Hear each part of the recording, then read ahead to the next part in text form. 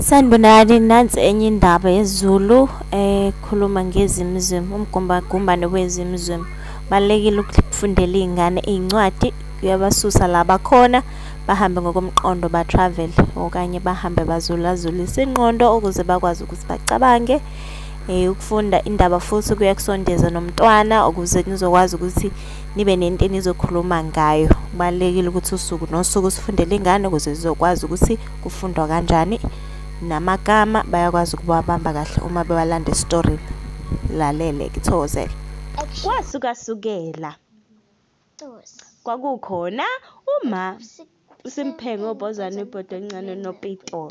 Kwakukhona omama nobaba benengane encane. Babenamasimi abaya kuwo njalo ekuseni beshiya ingane ekhaya. Ngelinye ilanga bahamba baye emasimini.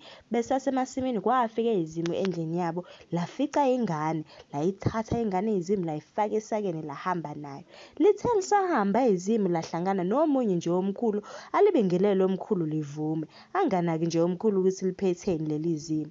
Lahamba izimo lahlangana nosisi. Sawubona kaZimo. Yebo sisi. Yini lo ayiphethe? Umgumbagumbane wami. Awumkhalise ke ngimuzwe. Bhu lishaya esakeni.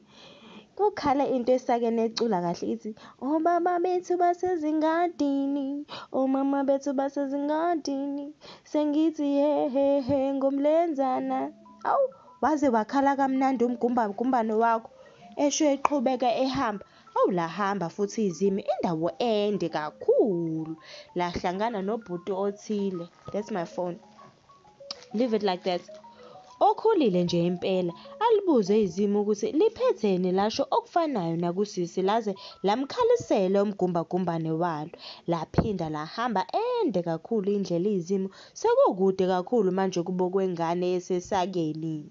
Bathe sebebuya emasimini abazali bengane abangayithola ingane. Hayi bacinga umuzi wonke lutho, bacinga kumakhelwane lutho. Baze bahlangana nalo bhuti obonana nezimo okugcina, wabachazela ukuthi uyasola ukuthi bekuyiyo ebekhala esakeni lezimo. Hayi abangane bambezela bahamba ngendlela abayelelwe ngayo yilo bhuti. Bahamba indlela ende kwaze kwahlwa. Belale ehlathini bevuke beqhubeke ngakusasa. Indlala yayisisho ukubaqeda kwazise babuye emasimini izolo bangadla ngenxa yosizi abakulo. Izimo selifikile endlini yalo, lashiya umgumbagumbane walo layomema amanyamazimo ukuze kuzodliwa inyamazane. Ayajabula-ke amazimo ezwa ukuthi kukhona into emnandi kwazise kade bayigcina inyama. Ahlanganisa amabhazo, ocelemba kanye namasaha ukuze kuhlinzwe ingane. Abazali bengane babe sebehambe nje impela baze bafika endlini yezimo bafica lingekho. Bacinga indlu yonke bayithola ingane esakeni isaphila. Bayikhipha bafaka isigodo esithi asilingane nayo ingane kodwa sona sisikhulu. Babaleka-ke nengane babuyela ekhaya baze bafika bajabula nomakhelwane ngoba ingane itholakele. Amazimu-ke ngapho ajabule kuze kwamenya nezalukazi zawo amazimu ngenxa yenyama ekhona. Athe esefikile amazimu la khona inyamazane.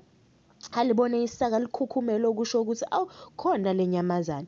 Belibuze-ke ukuthi isingabulawani. Lithi hhayi ababilise amanzi belungise nezingqoko ukuze kudliwe ngesihle. Hhayi ngempela beze njalo-ke libanike-ke imvume yokubulala inyamazane. Liqale elinye izimo lishaye ngembazo yisaka ukuze ithi iphuma nje inyamazane ibisifile ukuze ingabaleki.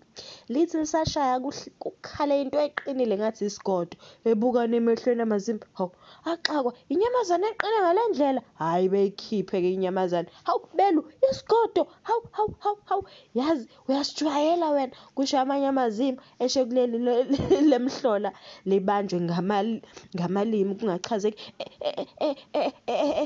Athi amazimu asidla yena lo. Hhayi avumelana wadliwa lona leli lomcimbi kawukho. Lagcina lidliwe-ke izimo. Cosi iyaphela indaba.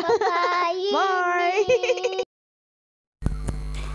Ngiyathemba ukuthi sithokozele indaba yethu namhlanje. Ungakhohlwa ukuthi usubscribe, ubheke nezinye indaba ezikhona la kulama video akhona la. Sizama nje ukuthi simane siposta, ungakhathali. Phinde usubscribe bese uyathanda. Uphinde ushare futhi leli page nabanye bazokwazi ukulalela indaba ngolimi lwesiZulu. Siyabonga.